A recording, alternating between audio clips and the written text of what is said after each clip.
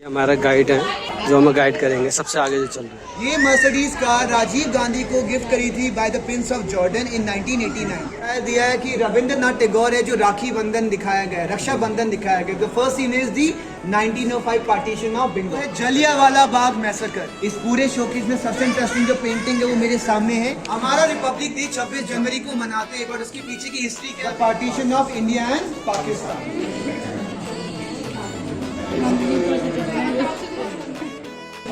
ये मैं राष्ट्रपति भवन म्यूजियम आ गया हूँ। इसकी टिकट 50 रुपये की अलग से पहले से ही बुक करनी पड़ती है। चलो एंट्री करते हैं। वैसे तो गार्ड खड़े हैं, पता नहीं एंट्री करने के बाद मोबाइल अलाउड करें या नहीं करें वीडियो, बाकी देखते हैं।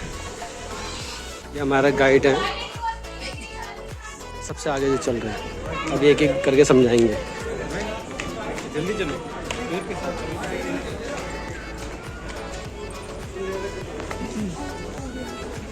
सभी लोग आगे आ जाएंगे यहाँ पे गाड़ी टूर के लिए please. Very good afternoon to everyone. मेरा नाम अभिषेक है और मैं आपको गाइडेड टूर दूंगा इस राष्ट्रपति भवन म्यूजियम का।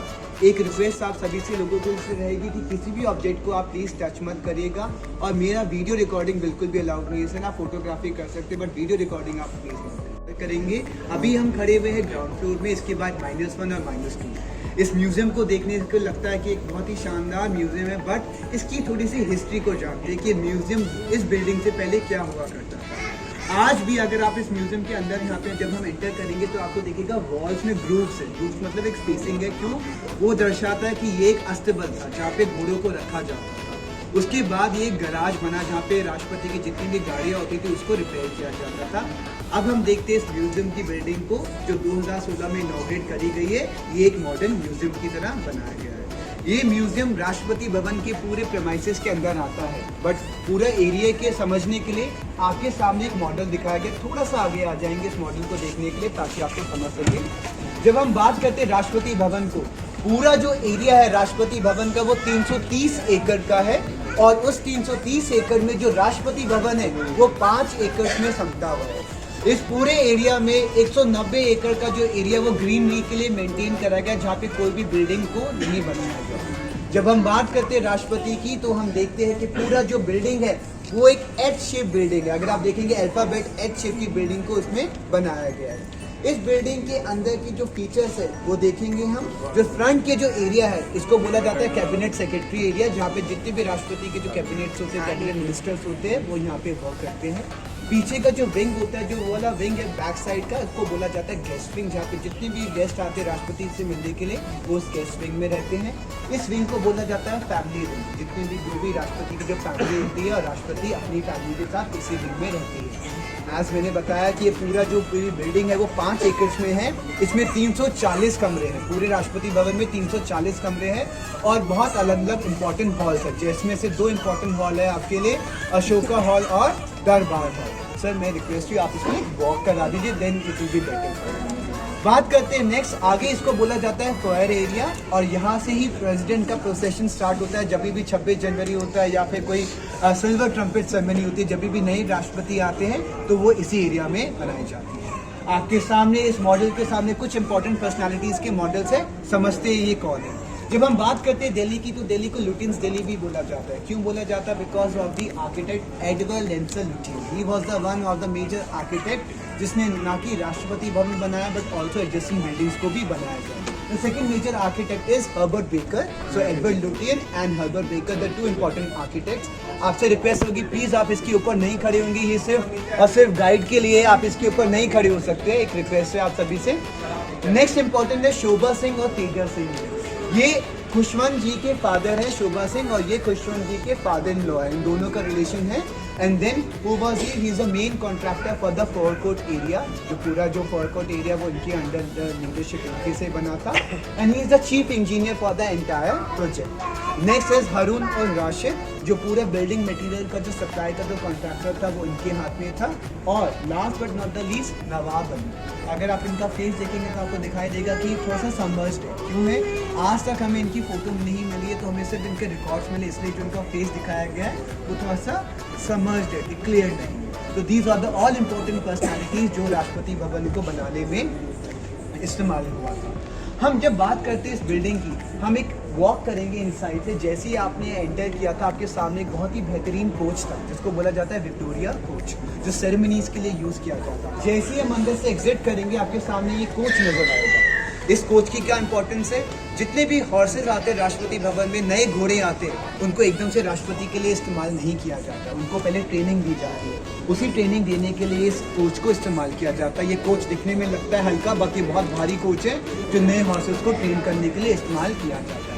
इसी के साथ एक और कोच आप देखेंगे जब हम वहाँ पे वॉक करेंगे, उस कोच को बोला जाता है लगेज कोच। तो घोड़े होते हैं, उनका जो फॉर्डर होता है वो उस लगेज कोच में कैरी करते हैं। तो अभी तक हमने सिर्फ एक मॉडल देखा, हम अंदर प्लान्स देखेंगे और जो सबसे इम्पोर्टेंट चीज़ आपको जो अंदर देखनी है वो एक ही चीज़ है, इंडिया गेट की पहली वाटर कलर पेंटिंग जो सेंटर में लगाई गई है।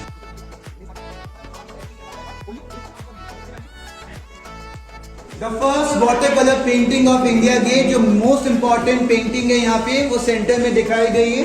बाकी आपको सारे के आपको सिर्फ floor plans, different architecture plans नजर आएंगे। देखते हुए आगे आएंगे।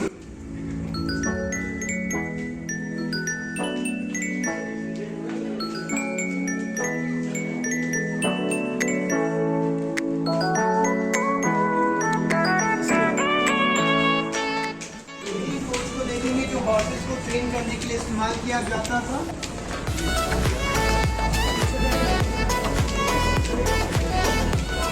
And then the luggage coach. आगे आएंगे, ये लगेज कोच है।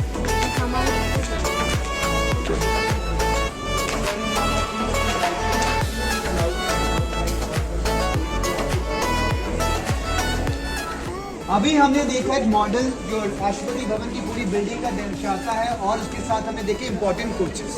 जो नेक्स्ट हमारा स्टॉपेज है ये आपको दिखाता है 11 मूर्ति से इनकारनेशन करके से मोटिवेशन लेके कि 9 मूर्ति का एक मॉडल बनाया गया। दिखने में आपको लगता है ये स्टोन का है, बट ये फाइबर रीइंफोर्स्ड प्लास्टिक से बनाया गया। So it's a plastic.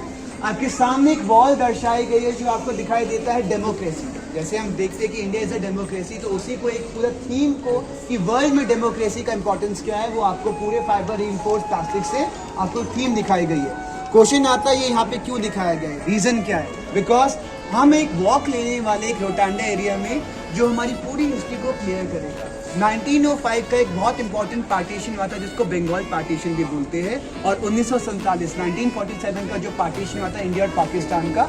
तो पूरी इस हिस्ट्री को कवर करेंगे इस रोटांडा एरिया के लिए। इसीलिए आपके सामने जो दिखाया गया है वो वॉल एक फ्रीडम मूवमेंट और डेमोक्रेसी को दिखाते हैं। अभी हमारा जो सबसे पहले जो सीन दिखाया गया है, इसमें दिया है कि रविंद्रनाथ टैगोर है जो राखी बंधन दिखाया गया है, रक्षा बंधन दिखाया गया। The first scene is the 1905 partition of Bengal. आगे आएंगे, पार्टीशन ऑफ बंगाल के बाद इंपॉर्टेंट मूवमेंट जो स्टार्ट होता है उसको बोला जाता है स्वदेशी मूवमेंट, जहाँ पे गांधी जी ने बोला था कि अपने देश की चीजों को इस्तेमाल करें और ब्रिटिश गुड्स को जला दिया जाए। तो वही दिखाया गया स्वदेशी मूवमेंट। आगे आएंगे,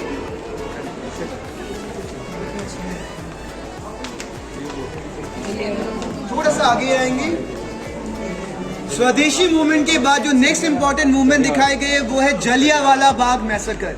जलियांवाला बाग मैसेकर क्यों आता? Because people were protesting against the Rowlatt act. एक एक्ट पास हुआ था रॉलेट एक्ट जिसके मद्देनजर विदाउट एनी ट्रायल आप किसी को भी जेल में डाल सकते थे। इसी के मद्देनजर ये लोग प्रोटेस्ट कर रहे थे और जनरल डायर जो थे उन्होंने ऑर्डर दिया था फायर का, जो एक ही एग्जिट था वो भी क्लोज करके इतने सारे लोगों की हत्या कराई थी। आगे आएंगे,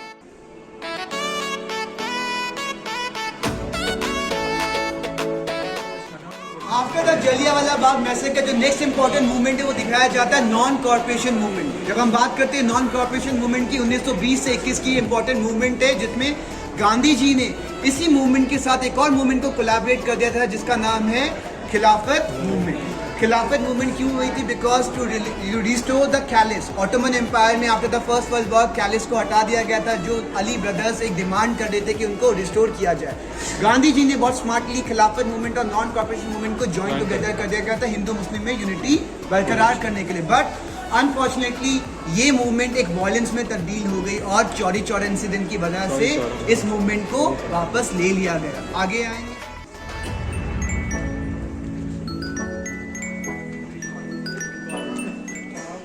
रिपब्लिक डे 26 जनवरी को मनाते हैं, बट उसके पीछे की हिस्ट्री क्या है? Because of the Lahore session of 1929। Under the leadership of Jawaharlal Nehru यहाँ पे डिक्लेयर करा गया था कि आप हमें पूर्ण स्वराज चाहिए, और पूर्ण स्वराज चाहिए तो कब मिलेगा हमें पूर्ण स्वराज? ब्रिटिश से। एक डेट फिक्स करी गई थी 26 जनवरी 1930। वो तो पॉसिबल हुआ नहीं, बट उस डेट की इंपॉर्टेंस की वजह से हम अपना जो रिपब्लिक डे बनाते हैं वो 26 जनवरी को ही बनाते हैं। तो ये दिखाता है लाहौर सेशन ऑफ 1929। आगे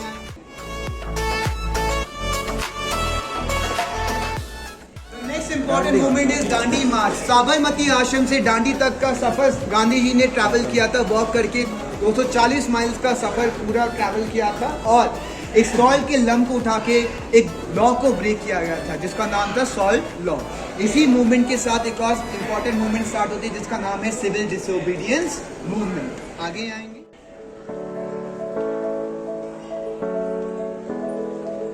स्टेफर्ड क्रिप्स आए थे ब्रिटेन से इंडिया में नेगोशिएशन करने के लिए, एक डोमिनियन स्टेटस देने के लिए इंडिया के लिए, बट गांधी जी ने उनका ये प्ली को भी रिजेक्ट कर दिया गया था। तो वही मीटिंग को यहाँ पे दिखाया गया, it's also known as Cripps mission.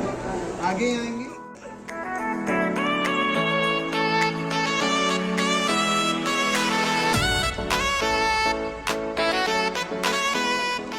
हमने स्टार्ट किया था partition of Bengal, but unfortunately we got a freedom with the partition of India and Pakistan. So this is why the fiber enclosed plastic के यहाँ पे दिन दिखाया गया डेमोक्रेसी का, जो यहाँ पे एंड होता है। मेरे साथ चलेंगे।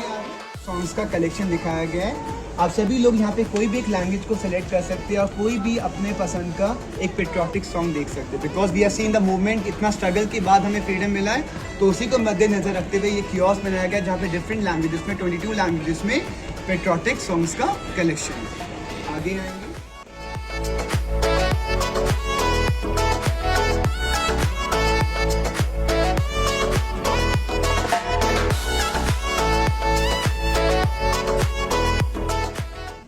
आज़ाद हो गया था, पर देश के लिए क्या इंपॉर्टेंट था? एक संविधान लाना। जैसे कि आप सभी को पता है कि जो भारत का जो संविधान है वो पूरे वर्ल्ड में सबसे लॉन्गेस्ट हैंड रिटन संविधान है। जब हम बात करते हैं संविधान की कॉपीज कितनी है, 2 कॉपीज है, एक इंग्लिश में है और एक हिंदी में, और ओरिजिनल कॉपी है वो पार्लियामेंट की लाइब्रेरी में रखी हुई है। कैसी रखी हुई है? आपके सामने 2 मॉडल दिखाया गया, कियोस्क दिखाया गया, एक शोकेस यहाँ पे, एक शोकेस यहाँ पे है। इस शोकेस के अंदर हीलियम को फिल करा गया है और कॉन्स्टिट्यूशन की ओरिजिनल कॉपीज को रखा गया। एक कॉपी इंग्लिश में जो जिससे लिखा गया है प्रेम बिहारी नारायण रायजादा ने, एक कॉपी है हिंदी में जिसने लिखा गया है वसंत वैद जी। हर एक पेज में एक कैलीग्राफी करी गई है, सभी हैंड रिटन है, बट डेकोरेट करने के लिए कैलीग्राफी करी गई है by the artist Nandlal Bose, under the leadership of Nandlal Bose, और शांति निकेतन के आर्टिस्ट को बुलाया गया था इस कैलीग्राफी को करने के लिए। आपके पीछे जो दिखाया गया है वो कॉन्स्टिट्यूशन असेंबली दिखाया गया है।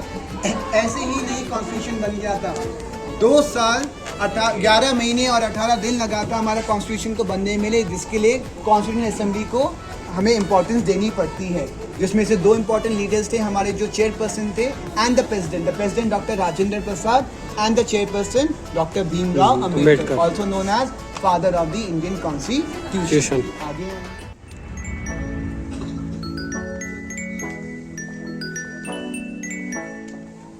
बात करते हैं कॉन्स्टिट्यूशन की, तो एक बुक होती है जिसमें सारे रूल्स एंड रेगुलेशंस रखे जाते हैं। उसी का जो फर्स्ट पेज होता है कॉन्स्टिट्यूशन का उसको बोला जाता है प्रियम्बल। तो यहाँ पे आपको प्रियम्बल दिखाई दिया जाता है। उसी के बाद आपको इंपॉर्टेंट सिग्नेचर्स दिखते हैं हमारे president, the first president doctor Rajendra Prasad, the first prime minister Jawaharlal Nehru and first deputy prime minister Sardar Vallabh bhai Patel के इंपॉर्टेंट सिग्नेचर नजर आते हैं। खाली प्रेसिडेंट और प्राइम मिनिस्टर ही नहीं, बल्कि हमारे जो फर्स्ट चीफ जस्टिस से एच.जे. कानिया, सबके इंपॉर्टेंट सिग्नेचर यहाँ पे दिखाई देते हैं। हमने अपना टूर स्टार्ट किया था with the famous Victoria coach, और इस फ्लोर का हम टूर एंड करेंगे with the famous Mercedes car. ये मर्सिडीज कार राजीव गांधी को गिफ्ट करी थी by the prince of Jordan in 1989। 1989 के बाद then president R Venkataraman को राजीव गांधी ने एक कार गिफ्ट करी थी, और इस कार को 1990 से 2012 तक 5 प्रेसिडेंट्स ने यूज़ किया है। ये एक बुलेट प्रूफ कार है, उस कार को रिप्लेस किया गया विद द S600 लिमोजिन। आज जो प्रेसिडेंट जो कार यूज़ करते हैं वो लिमोजिन कार है, तो इसलिए हमने यहाँ पे इस कार को दिखाया गया। अब मेरे साथ सभी लोग -1 फ्लोर चलेंगे, दूसरे ग्रुप में मिक्स नहीं होंगे, तो मेरे साथ ही रहेंगे। इसको बोला जाता है -1 फ्लोर। इस फ्लोर पे अभी हम जो देखने वाले वो पर्सनल बिलोंगिंग से डिफरेंट प्रेसिडेंट्स की। अभी आपके सामने जो दिखाया जा रहा है ये सारे पर्सनल बिलोंग करते हैं doctor APJ Abdul Kalam.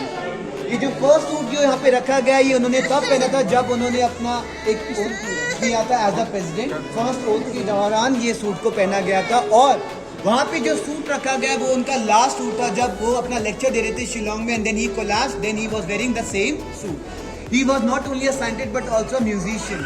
He was too fond of playing the veena, इसलिए उनकी पर्सनल वीणा को सेंटर में लगाया गया है। उनकी पर्सनल बुक्स, जो भी वो बुक्स पढ़ते थे वो कुछ अपना पर्सनल नोट लिखते थे उन बुक के ऊपर, तो वहाँ पे उनका कलेक्शन है बुक्स का जो उन्होंने अपने हैंड रिटन से खुद से अपना पर्सनल नोट रखा गया है। इस पूरे शोकेस में सबसे इंटरेस्टिंग जो पेंटिंग है वो मेरे सामने है। इस पेंटिंग को देखने के लिए आपको इसको सामने की जरूरत नहीं है, आपको थोड़ा सा मैम में से प्लीज पीछे हो जाइए, थोड़ा सा पीछे हो जाइए। आप जितना इस पेंटिंग से दूर जाएंगे, पीछे जाएंगे, आप देखेंगे स्टील रॉड पे उनका फेस आ जाता है। तो पेंटिंग को अगर आप ऊपर से देखेंगे तो आपको कुछ नजर नहीं आएगा, बट अगर इस रॉड को देखेंगे दूर जाते जाएंगे तो आपको उनका फेस भी नजर आएगा। ये पेंटिंग एस वर्दी ने बनाई है और जो गोल्डन बॉर्डर है इस पेंटिंग का वो उनके लिए क्राउन बनाता है। सभी लोग इस पेंटिंग को तो देखेंगे, उसके बाद आप वहाँ पे शोकेस में जाके एक पेंसिल देखेंगे। अब आप कहेंगे उस पेंसिल में ऐसा क्या खास बात है? उस पेंसिल की निब पे अगर आप देखेंगे तो आपको रामनाथ कोविंद जी का फेस नजर आएगा। ये पूरा शोकेस है एपीजे अब्दुल कलाम का, वहाँ पे वो सारा शोकेस है रामनाथ कोविंद जी का, जहाँ पे आपको देखना है पेंसिल टॉप। पेंसिल टॉप को देखने के बाद स्टडी एरिया के वहाँ पे कलेक्ट करेंगे, वहाँ पे आ जाएंगे। इस देखने के बाद वहाँ पे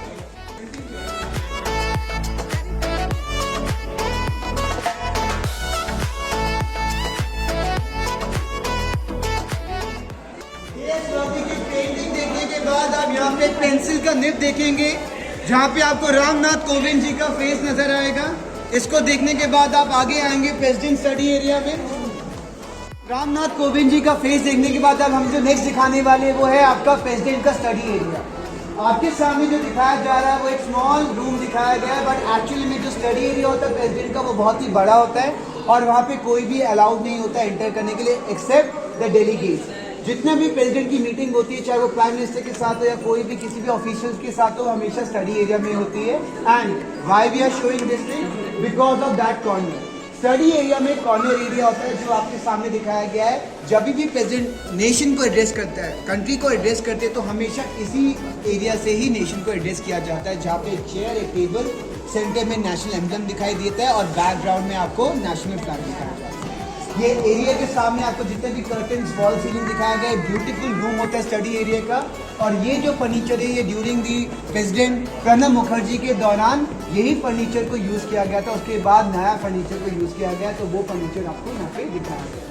पूरे म्यूजियम में अगर आप बात करेंगे, सबसे इम्पोर्टेंट आर्टिफैक्ट, एक चीज़ जो आपको हमेशा देखनी है वो एक शिप है जो कि लॉन्ग से बनी गई है। इम्पोर्टेंट क्या है शिप का? 70 साल पुरानी शिप है। डॉक्टर राजेंद्र प्रसाद जो हमारे फर्स्ट प्रेसिडेंट थे उनको गिफ्ट करी गई थी by the president of Indonesia doctor Sukarno. खास बात क्या है, आज भी 70 साल बाद भी उस शोकेस के अंदर से उस क्लो की स्मेल आती है। हम वो देखने वाले नेक्स्ट हम देखेंगे, बट हम देखते हैं the most important artefact, the ship of clo.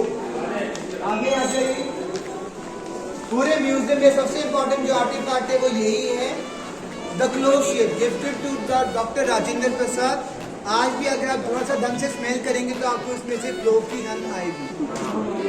Different president के sketches from the first president doctor Rajendra Prasad to now president doctor Draupadi Murmu. But इस स्केच की खास बात क्या है? अगर आप इन स्केचेस को देखेंगे तो एक वर्ड यूज करा गया स्केच को बनाने के लिए। फॉर एग्जांपल, जब हम बात करते हैं डॉक्टर राजेंद्र प्रसाद को, तो he was the freedom fighter. 2 word का इस्तेमाल करके पूरा स्केच बनाया गया, फ्रीडम एंड फाइटर। ऐसे ही डिफरेंट वर्ड को यूज करके डिफरेंट पोर्ट्रेट बनाए गए। किसी के लिए फिलोसोफर यूज किया गया है, किसी के लिए नेशनलिस्ट यूज करा गया है, किसी के लिए सोशल वुमेन यूज किया गया है, और हमारे missile man doctor APJ Abdul Kalam के लिए जो वर्ड यूज करा गया है वो यूज करा गया है मिसाइल मैन। देखते हुए आगे चलेंगे सारे पोर्ट्रेट।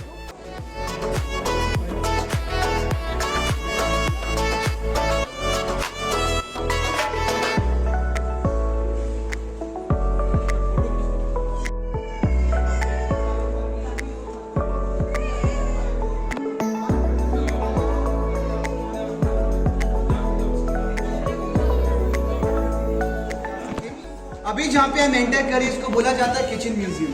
सभी को एक इंक्विजिटिवनेस होती है कि राष्ट्रपति का खाना कैसे बनता है और कौन बनाता है। मेरे राइट हैंड साइड में आपको दिखाया गया है जितने भी यूटेंसिल्स है कि राष्ट्रपति में पहले कैसे खाना बनता था, कैसे यूटेंसिल्स को यूज किया जाता था। ये बर्तन अलग अलग पदार्थ के बने हुए, कुछ कॉपर के, कुछ स्टील के, कुछ आयरन के बर्तन और काफी भारी utensils. On my left hand side आपकी फोटो दिखाई गई है कि आज राष्ट्रपति भवन में खाना कैसे बनता है, किचन कैसी है। एग्जैक्टली सेम राष्ट्रपति भवन में किचन बिल्कुल एग्जैक्टली ऐसी ही है। और जो आपको फोटो नजर आ रही है शेफ की, वो आज भी राष्ट्रपति के लिए खाना बनाते हैं। इसके आगे जब हम चलेंगे तो हम देखेंगे डिफरेंट डिफरेंट कटलरी सेट्स। सारे जितने भी कटलरी सेट्स है उसमें दो इंपॉर्टेंट चीजें देखने की है। सिंबल, अगर किसी भी प्लेट के ऊपर या क्रॉकरी के ऊपर नेशनल एम्ब्लम का सिंबल है तो वो पोस्ट इंडिपेंडेंस क्रॉकरी है। अगर उसमें नेशनल एम्ब्लम का सिंबल नहीं है तो वो प्री इंडिपेंडेंस क्रॉकरी है। आगे आएंगे क्रॉकरी सेट्स को देखेंगे। इन सभी क्रॉकरीज को देखेंगे pre and post independence collection.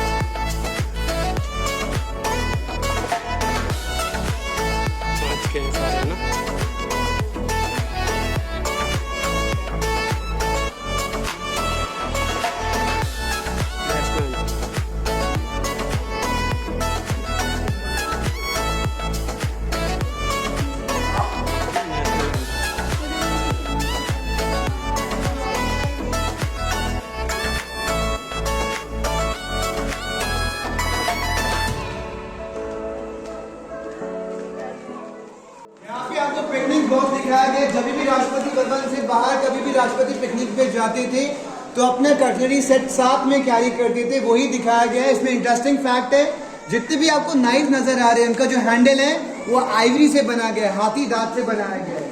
उसी के सामने आपको 22 carat gold plated cutlery set दिखाया गया है। ये पूरा 22 कैरेट गोल्ड प्लेटेड है जो कि प्रणब मुखर्जी को गिफ्ट किया गया है by the government of Thailand.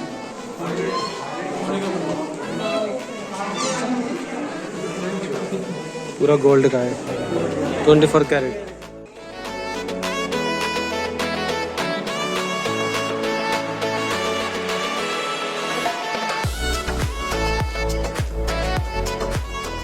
Rashtrapati Bhavan में उनकी खुद की किचन ही नहीं बल्कि उनकी खुद की बेकरी भी है। जितने भी केक्स बेक होते हैं वो एग्जैक्टली सेम बेकरी में बेक किया जाते हैं बाय द सेम शेफ। जो भी आप इमेज देख रहे हैं शेफ की पिक्चर में, वो आज भी राष्ट्रपति के लिए केक्स को बेक करते हैं जब भी नीड होती है।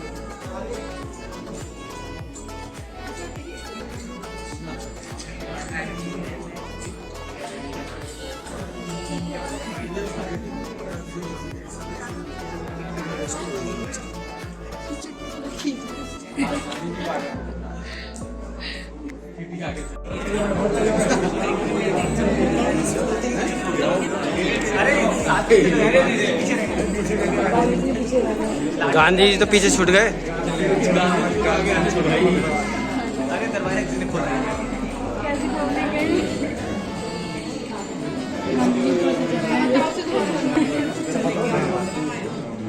आप सभी लोग मेरी बहुत ध्यान से बात सुनेंगे। इस वर्चुअल वॉक के बाद हम एक फ्लोरा एंड फौना देखने वाले। राष्ट्रपति भवन में वैरायटी ऑफ फ्लोरा और फौना है, उन्हीं बर्ड्स की साउंड हम सुनेंगे। अगर आप सभी लोग बात नहीं करेंगे, सभी लोग रिकॉर्डिंग और वीडियो कर रहे हैं क्योंकि आप अपना एक्सपीरियंस फेस कर रहे हैं, सभी आपको दिख जाएगा। यहाँ पे आप एक वर्चुअली एक्सपीरियंस करिए। अभी नेक्स्ट में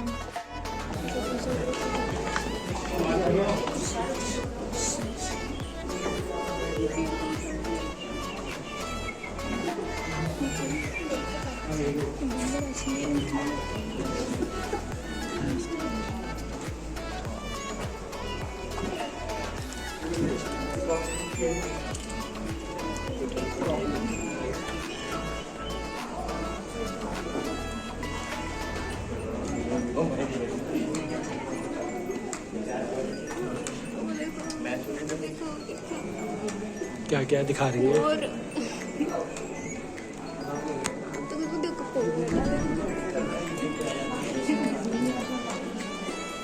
कौवा और वो ही क्या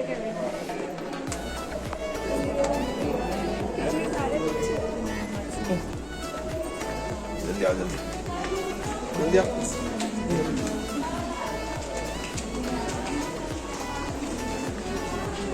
हम सभी ने एक शिप देखी थी जो कि सबसे इम्पोर्टेंट आर्टिफैक्ट है पूरे इंसाइड जाएगा म्यूजियम में। उस शिप के बाद अगर जो सबसे महत्वपूर्ण जो ऑब्जेक्ट है वो है एक स्टोन जो कि माउंट एवरेस्ट से लाया गया है। Bachendri was the first women to climb the Mount Everest. उनके द्वारा लाया गया माउंट एवरेस्ट का जो स्टोन है वो सेंटर में दर्शाया गया है। उसी के साथ में आपको मून स्टोन भी नजर आता है जो कि एक एम्बेसडर ऑफ यूएस में हमारे प्रेसिडेंट को गिफ्ट किया गया था। उसी के पीछे आपको यहाँ पे बहुत अलग अलग स्टोन्स दिखाई दिए जाते हैं जो कि जाम्बिया से लाए गए हैं। तो जो मेन अट्रैक्शन है वो है माउंट एवरेस्ट का stone by the Bachendri Pal, centre में दिखाया गया है। इसको देखने के बाद हम वहाँ पे चलेंगे जहाँ मॉडल देखेंगे इम्पोर्टेंट टेम्पल्स की जो मॉडल है नीचे जाएंगे, अभी जाएंगे देखेंगे। यहाँ पे आपको दिखाया गया डिफरेंट मॉडल जो गिफ्ट आजा। ये उत्तराखंड के जो टूरिज्म मिनिस्टर है उन्होंने गिफ्ट किया गया है जो कि 4 धाम को दर्शाता है। गंगोत्री, गिफ्ट किया हुआ केदारनाथ, बद्रीनाथ को पूरे एक ही मॉडल में दिखाया गया है। वहाँ पे आप देखेंगे आपको Tirupati Balaji, Meenakshi temple, Sanchi stupa, golden temple, सारे इंपॉर्टेंट टेम्पल जो कि प्रेसिडेंट को गिफ्ट करे गए वो यहाँ पे दिखाए गए। महाकालेश्वर टेम्पल, सारे टेम्पल्स के मॉडल्स को देखते हुए ऐसे एक एक करके आता है इसमें रोशनी और बाकी में रोशनी नहीं आता और जब डूबता तो ऐसे होता है। यहाँ पे 3 अट्रैक्शन से देखने वाली। पहला एक 2D थिएटर, अभी यहाँ पे लिखा गया 3D but because of the कोविड-19 आप 3D शो नहीं दिखाते, तो नॉर्मल 2D मूवी होती है गांधी जी के ऊपर जो 7 मिनट की होती है। ऑलरेडी समवन इज वॉचिंग तो उसको हम बाद में देखेंगे। उसके बाद आपके सामने ब्यूटीफुल पेंटिंग्स है जो कि 100 से 300 साल पुरानी पेंटिंग्स है। इन पेंटिंग्स को एक्रेलिक पेंटिंग बोला जाता है और ये लाइट के कारण खराब होती है। इसी को मद्देनजर रखते हुए आप इन पेंटिंग्स की खास बात देखेंगे, जब भी कोई विजिटर आता है सामने तभी इनकी लाइट्स ऑन होती है वरना इनकी लाइट्स ऑफ हो जाती है। इन्हीं सब पेंटिंग में जो सबसे फेमस पेंटिंग है वो बनाई गई है by the famous artist MF. Hussain. इसके लिए हमारे प्रेसिडेंट डॉक्टर जाकिर हुसैन के लिए आगे आएंगे, दिखाएंगे आपको। अभी आपके सामने जो दिखाया गया है वो दिखाया गया है PBG, प्रेसिडेंट बॉडीगार्ड। जब भी कोई भी नया प्रेसिडेंट आता है तो अपने बॉडीगार्ड को एक सम्मान दिया जाता है with the ceremony called silver trumpet ceremony. आपके सामने दिखाया गया एक सिल्वर ट्रम्पेट है और एक नीचे बैनर है। इस बैनर में अगर आप थोड़ा सा ढंग से देखेंगे तो 2 इनिशियल दिखाई दिए जाते हैं, वो है प्र और यू। क्यों दिखाया गया है? बिकॉज ये जो सिल्वर ट्रम्पेट सेरेमनी हुआ था ये देन प्रेसिडेंट प्रणब मुखर्जी के दौरान हुआ था और प्रणब मुखर्जी ने अपनी बॉडीगार्ड को एज अ रिस्पेक्ट ये सिल्वर ट्रम्पेट बैनर दिया था। अगर अभी जो हम प्रेसिडेंट की बात करते हैं तो प्रेसिडेंट उनका नाम है द्रौपदी मुर्मू। उनके 2 इनिशियल्स को इन पे रखा गया है तो वहाँ पे क्या आएगा द्र और यू। ये सेरेमनी 5 साल में एक बार ही होती है जब भी नए प्रेसिडेंट आते हैं। बहुत इंपॉर्टेंट सेरेमनी होती है और आपने जो मॉडल देखा था प्रेसिडेंट हाउस का जो 4 एरिया होता है वहाँ पे सेरेमनी को बनाया जाता है। आगे आएंगे।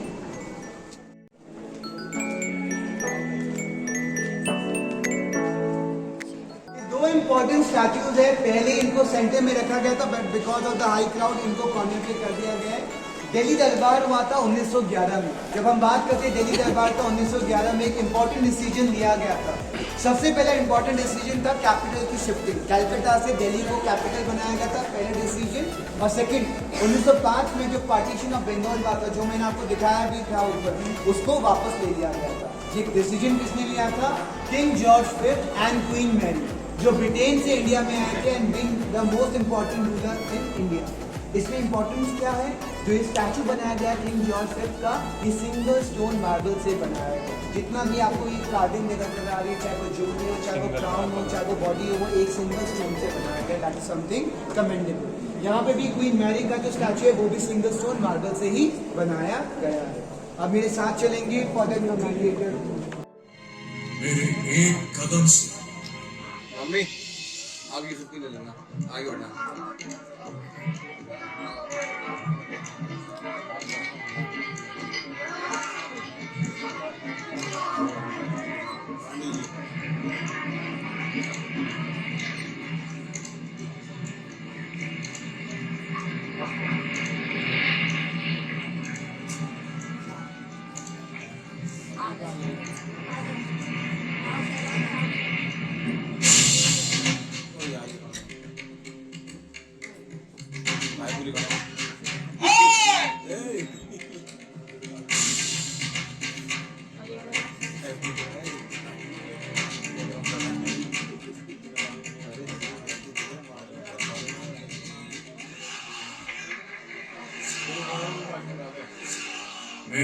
कदम से सारा हिंदुस्तान उथल पुथल हो जाएगा, said Mahatma Gandhi on the Dami beach when he was stopped by the police saying that he will be arrested if he moves even one step forward. You can train me, you can torture me, you can even destroy this body, but you will never imprison my mind.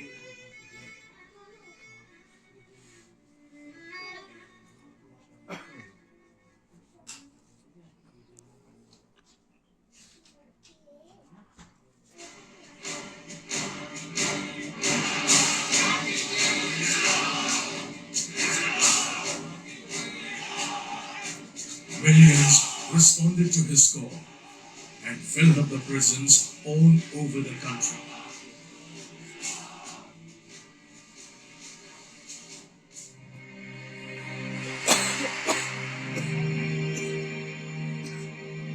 About a decade ago, he gave a clarion call to the Nation for Non-Cooperation movement for boycotting foreign goods, rejecting foreign education system and refusing foreign titles and honors. He urged the people to refrain from drinking alcohol on moral grounds.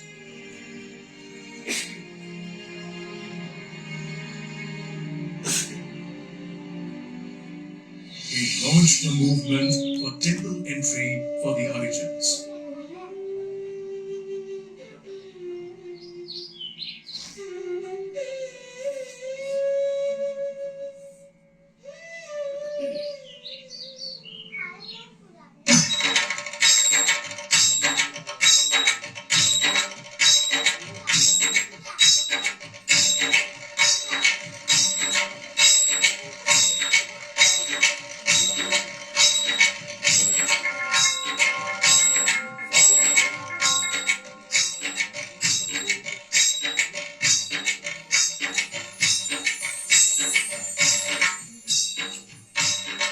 His call for Quit India resonated in the mind of millions and laid the path for independence. Non-violence and pursuit of truth were the two basic principles behind his calls for mass movement. The struggle and freedom's battle of non-violence against violence. No matter from what quarter the later comes, must continue till a single representative is left alive.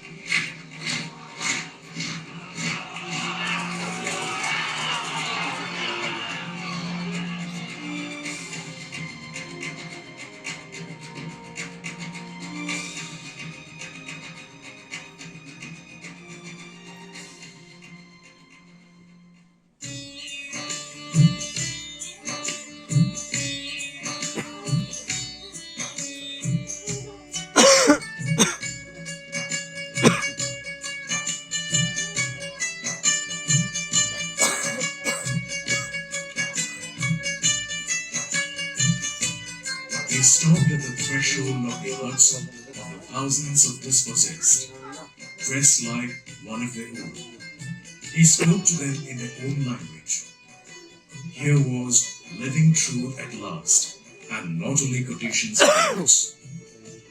For this reason, the Mahatma, the name given to him by the people of India, is his real name. Who else has felt like him? That all Indians are his own flesh and blood. At Gandhi's call, India blossomed forth to new greatness, just as once before in earlier times, when the Buddha proclaimed the truth of fellow feeling and compassion among all living creatures. Apparent from failures of Gandhi-Irvin Pact, or Round Table Conference, or the post-dated check on a crashing bank of Cripps mission, nothing deterred him from following the path of truth. Here was the pilgrim on his quest of truth, quiet, peaceful, determined, and fearless, who would continue that quest and pilgrimage regardless of consequences.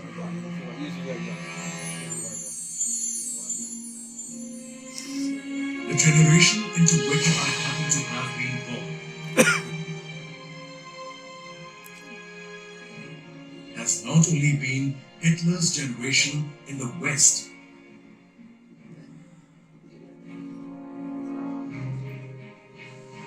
and Stalin's in Russia. It has also been Gandhi's in India, and it can already be forecast with some confidence that Gandhi's effect on human history is going to be greater and more lasting than Stalin's or Hitler's.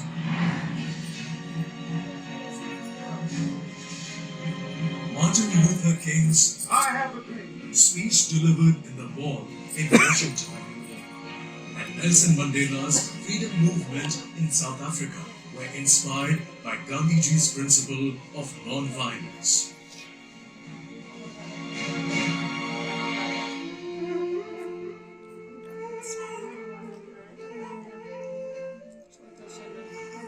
The light has gone out of our lives, and there is darkness everywhere. And I do not quite know what to tell you and how to say it. Our beloved leader, Bapu, as we call him, the father of our nation, is no more.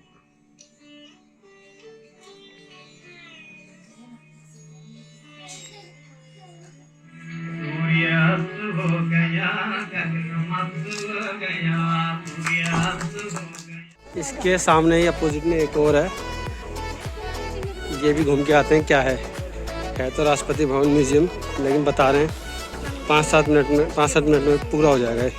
इसके साथ guide नहीं दिया हमें, ये खुद से देखना है।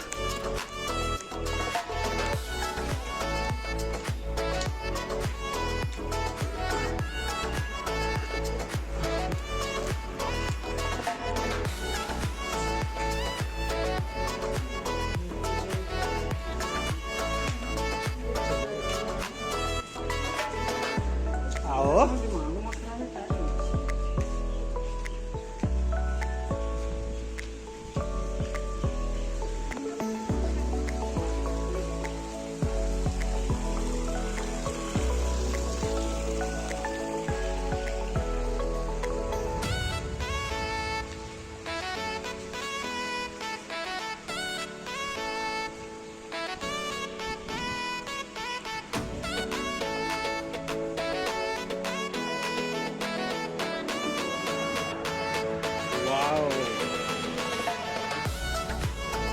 horses or mare, I don't know.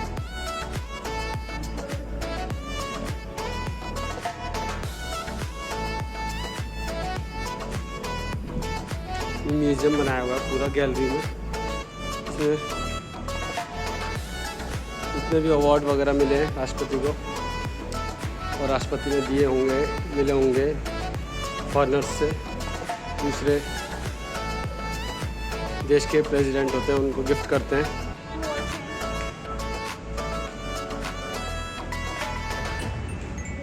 कोई एक चीज़ दिखाता हूँ रोक के।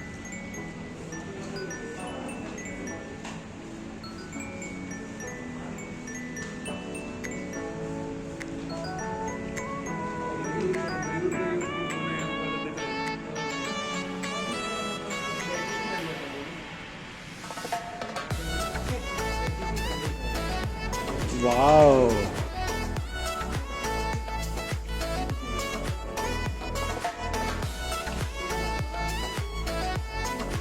भूत आ गया इधर, जो पत्ते हिल रही हैं।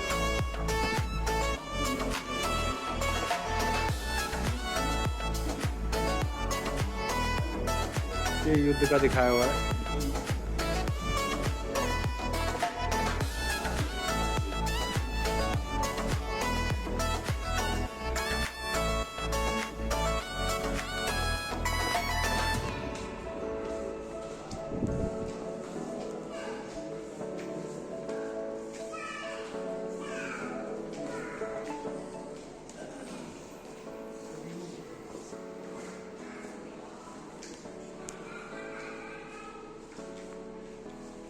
Setting of Sutlej रूइन Rashtrapati Bhavan.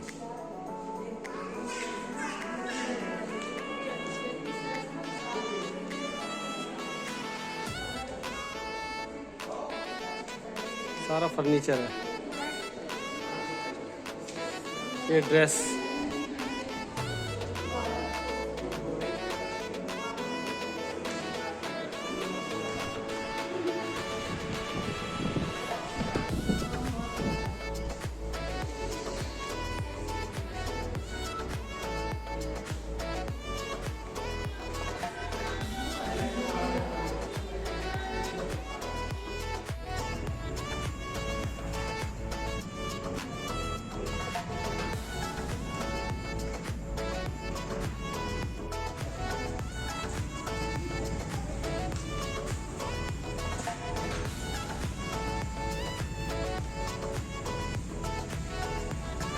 हाथी के दांत।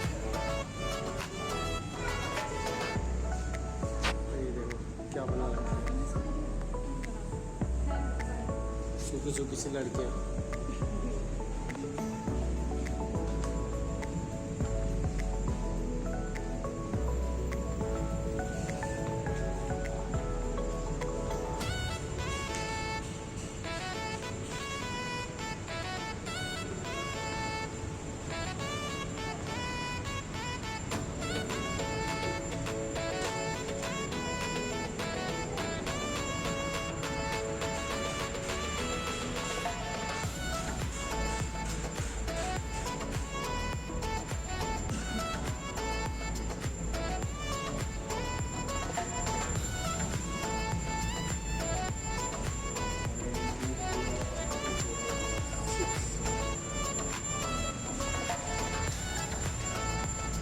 ये रहा एग्जिट। तो दोस्तों ये था पूरा राष्ट्रपति भवन म्यूजियम। तो अच्छा लगा हो, मेरे पूरे कवर कर लिया है। अच्छा लगा हो वीडियो को लाइक कर दें और चैनल को सब्सक्राइब करना ना भूलें। चलो अगला टूर फिर करूँगा, फिर नया वीडियो बनाऊँगा। Thank you.